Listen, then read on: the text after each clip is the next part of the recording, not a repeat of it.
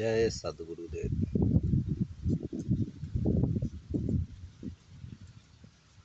सद्गुरु कबीर सागर। कबीर सागर सद्गुरु कबीर साहब के विचारों का समस्त विश्व में प्रचार प्रसार करने वाली धर्मदास वंशावली का अत्यंत ही प्रसिद्ध एवं महत्वपूर्ण ग्रंथ है। यह अनेक खंडों में विभक्त है। इसी महान एवं विशाल ग्रंथ के द्वितीय खंड का नाम अनुराग सागर है, जो अभी हम अनुराग सागर का ही हिंदी रूपांतर आप लोगों के समक्ष पेश कर रहे हैं।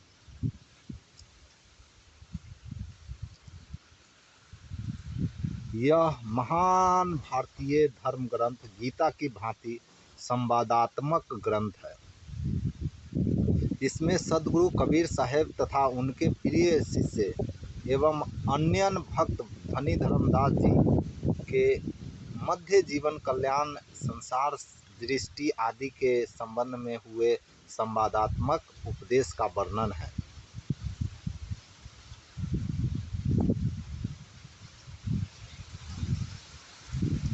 धनी धर्मदास जी प्रश्न करते हैं और सद्गुरु कबीर साहब उत्तर देते हैं। इस ग्रंथ में इन्हीं प्रश्नोत्तर का संकलन किया गया है। यहाँ जो पहला सवाल उठता है वह यह है कि धनी धर्मदास जी एवं सद्गुरु कबीर साहब का मिलन कब, कहाँ और कैसे हुआ। किस प्रकार एक प्यासा सागर के पास जा पहुँचा। किस प्रकार एक प्यासा सागर के पास जा पहुँचा।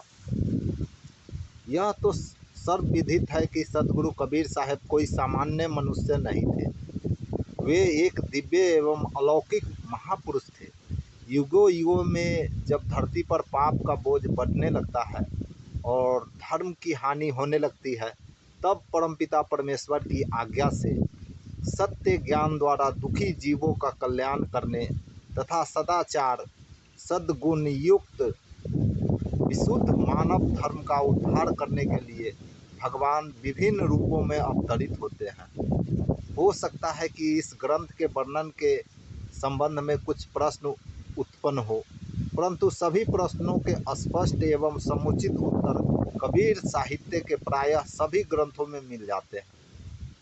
सद्गुरु कबीर साहब तथा उनके परम प्रिय शिष्य धनी धर्मदास जी के मिलने के प्रमाण के रूप में कबीर मंसूर एवं सागर में भी बोध सागर खंड के अंतर्गत जो विवरण प्राप्त होता है वह कुछ इस प्रकार है। धर्मदास जी का जन्म बहुत ही धनी मानी वैश्य कुल में हुआ था। धन दौलत से भरे पूरे होने के बावजूद उनका अंतर मन सद् ज्ञान एवं सद्गुरु के लिए हमेशा व्याकुल रहता था। आगे चलकर सद्गुरु की कृपा से उन्हें महान ज्ञान की प्राप्ति भी हुई और वे महान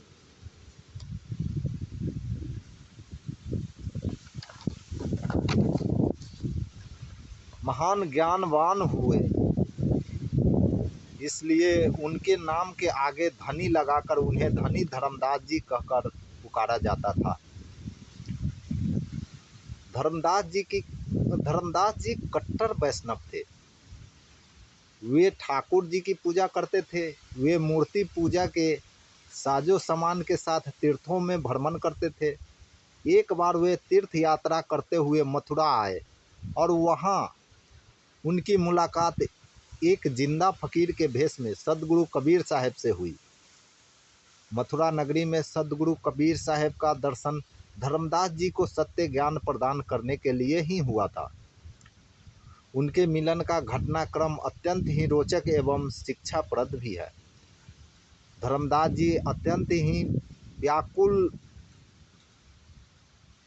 थे सद्गुरु से मिलने के लिए और धर्मदास जी अत्यंत ही व्यवहार कुशल थे। साथ ही साथ उनका जीवन निर्वाह करने का ढंग अत्यंत ही पवित्र था। अतुलनीय धन संपत्ति के मालिक होते हुए भी वे भोजन स्वयं अपने हाथों से बनाया करते थे। यहाँ तक कि वे लकड़ियाँ तक धोकर चूल्हे में प्रयोग करते थे। एक बार जब वे मथुरा में अपना भोजन तैयार कर रहे थे, तब जिंदा फकीर के वेश में सदगुरु कबीर साहब दिखाई दिए। उस समय जब उनका भोजन तैयार हो चुका था, तो उन्होंने देखा कि चूल्हे में से जिंदा चींटियां बाहर निकल रही है। उन्हें बहुत ही संताप हुआ। उन्होंने उन चींटियों को बचा तो लिया, परंतु असंख्य चींटियां तो शायद चूल्हे की आग में जल चुकी थी। ईश्वर का स्मरण करते हुए वे संताप में से व्याकुल हो उठे। वे पश्चाताप की अग्नि में जलने लगे और सोचने लगे कि आज मुझसे घोर पाप हो गया है। जिस भोजन को बनाने में इतनी चींटियां जल चुकी हो, भला उसे अब वे कैसे ग्रहण करते। वह भोजन उनके लिए पूरी तरह दूषित हो चुका था। उन्होंने वह भोजन किसी साधु अथवा दीनहीन को कराने का निश्चय किया और अपने स्थान से बाहर आ गए। बाहर आकर उन्होंने देखा कि एक वृक्ष की शीतल छाया में जिंदा फकीर सदगुरु कबीर साहब बैठे हैं। उन्होंने उनसे ही उस भोजन को ग्रहण करने की अनुग्रह किया। तब जिंदा बाबा ने मुस्कुराते हुए उनसे कहा, हे धर्मदास, जिस भोजन को बनाते समय तुमने असंख्य चिटिया जल मरी हो, उस भोजन को मुझे देकर क्या तुम मुझे उस पाप का भागी बनाना चाहते हो। यह सुनकर धर्मदास जी को बड़ा ही आश्चर्य हुआ कि इन्हें भला कैसे चिटियों के मरने की खबर लगी। और तब वो उनके आश्चर्य की सीमा ही नहीं रही जब उन्होंने उस भोजन में से ही वे मरी हुई चिटियां जिंदा निकलते हुए देखी। फिर सतगुरु कबीर साहब ने धर्मदास जी से कहा, तुम तो रोज ठाकुर जी की पूजा करते हो, अपने उस भगवान से क्यों नहीं पूछ लिया कि उन लकड़ियों के भीतर क्या है। तब धर्मदास जी दुखी होते हुए बोले, हे बाबा, यदि मैं इस बारे में ठाकुर जी से पूछ सकता तो मुझसे इतना बड़ा पाप होता ही नहीं। अनजाने में हुए उस पाप के महाशोक में डूबे धर्मदास जी को देखकर जिंदा बाबा ने उन्हें अध्यात्म ज्ञान की कुछ गुड बातें बताई, जिन्हें सुनकर वे अनुरागी हो गए। विनम्र भाव से जब धर्मदास जी ने जिंदा बाबा से उनका परिचय पूछा तो उन्होंने स्वयं को कबीर साहेब सत्यलोक अमरलोक का वासी बताया और अंतर ध्यान हो गए। जिंदा बाबा के वियोग में धर्मदास जी व्याकुल हो गए और एक नगर से दूसरे नगर उन्होंने ढूंढने लगे। ढूंढते ढूंढते उनकी हालत पागलों जैसी हो गई। अंततः वे उन्हें काशी में मिले, लेकिन उस समय वे जिंदा बाबा के भेष में नहीं बल्कि वैष्णव भेष में थे। धर्मदास जी ने उनको पहचान लिया और उनके श्री चरणों में गिरकर विनती करने लगे, हे सदगुरु, आप मुझे शरण में लीजिए। मैं उनको उसी समय से खोजता फिर रहा हूँ। अब आप मुझ पर प्रसन्न होइए और कृपा करके मेरे सभी दुखों को दूर करके शांति प्रदान कीजिए। सदगुरु कबीर साहब ने उनके माथे पर अपना हाथ रखकर कहा, हे धर्मदास, तुम बहुत ही सौभाग्यशाली हो कि जो तुमने मुझे पहचान लिया। अब तुम निश्चिंत हो जाओ और धैर्य धारण करो। मैं तुम्हें आवागमन जन्म मरण के इस दुख से अवश्य मुक्त कर दूंगा।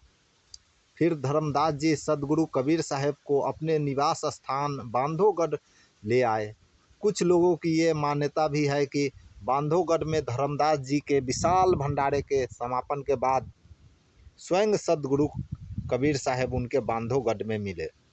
सदगुरु कबीर साहब के सानिध्य में धर्मदास जी के अंदर प्रसन्नता का सागर उमड़ने लगा। वह प्रतिदिन सत्संग वहाँ होने लगा, जिसमें दिनों दिन भीड़ बढ़ती रही। कुछ समय बीत जाने पर धर्मदास जी ने अपने घर पर सदगुरु कबीर साहब की चौका आरती करवाई और अपनी पत्नी आमीन के साथ उनसे गुरु दीक्षा प्राप्त की। उन्होंने पूरे भक्ति भाव से अपना तन मन धन न्यौछावर कर दिया। बांधवगढ़ नरेश एवं धर्मदास जी सद्गुरु के श्री मुख से उच्चारित उपदेशों का कलमबद्ध कर संग्रह करवाते रहे।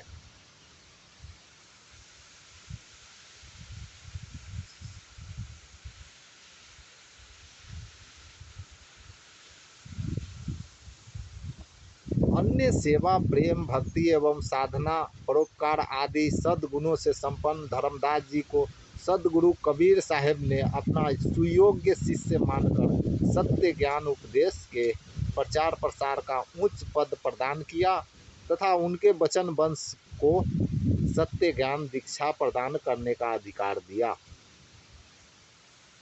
सद्गुरु कबीर साहब के साथ रहते हुए धर्मदास जी ने जो गद्य रूप संवाद सद्गुरु कबीर साहब से किया, उसी का संकलन कर अनुराग सागर ग्रंथ का संकलन किया।